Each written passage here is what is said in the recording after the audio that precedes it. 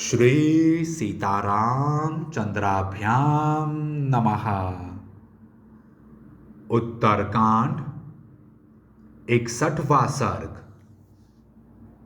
ऋषियों का मधु को प्राप्त हुए वर तथा लवणासुर के बल और अत्याचार का वर्णन करके उससे प्राप्त होने वाले भय को दूर करने के लिए श्री रघुनाथ जी से प्रार्थना करना।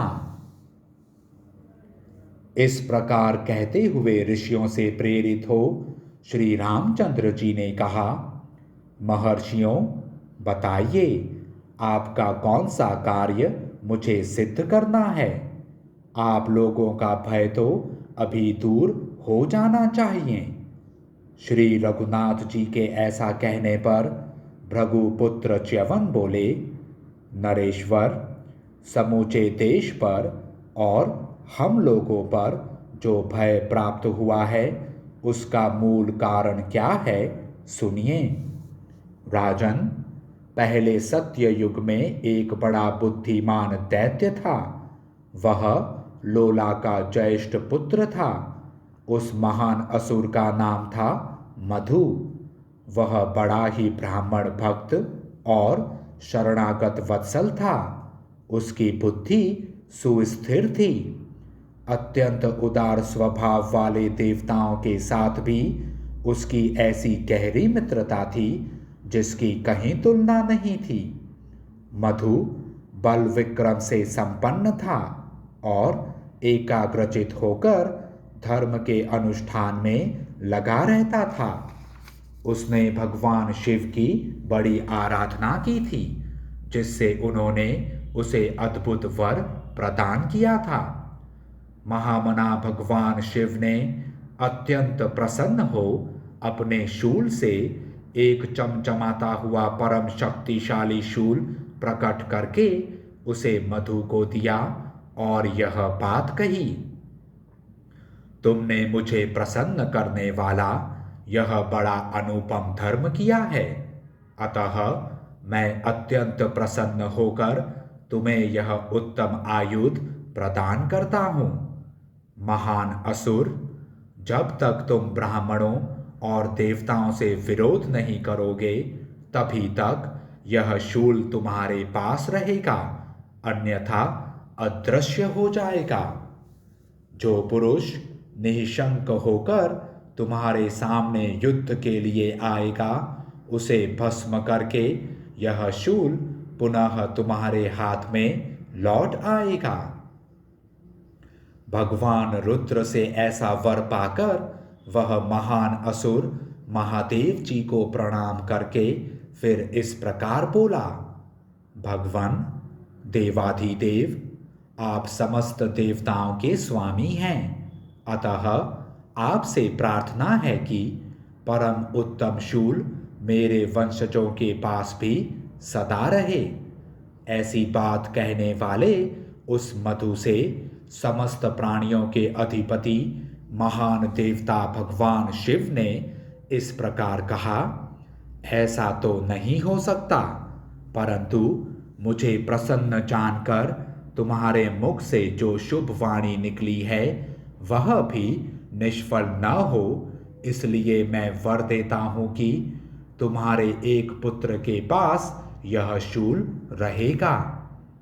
यह शूल जब तक तुम्हारे पुत्र के हाथ में मौजूद रहेगा तब तक वह समस्त प्राणियों के लिए अवध्य बना रहेगा। महादेव जी से इस प्रकार अत्यंत अद्भुत वर पाकर असुर श्रेष्ठ मधु ने एक सुंदर भवन तैयार कराया जो अत्यंत दीप्तिमान था। उसकी प्रिय पत्नी महाभागा कुंभीनसी थी, जो विश्वावसु की संतान थी। उसका जन्म अनला के गर्भ से हुआ था। कुंभीनसी बड़ी कांतिमती थी। उसका पुत्र महापराक्रमी लवण है, जिसका स्वभाव बड़ा भयंकर है।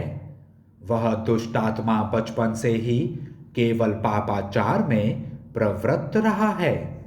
अपने पुत्र को उद्दंड हुआ देख मधु क्रोध से जलता रहता था।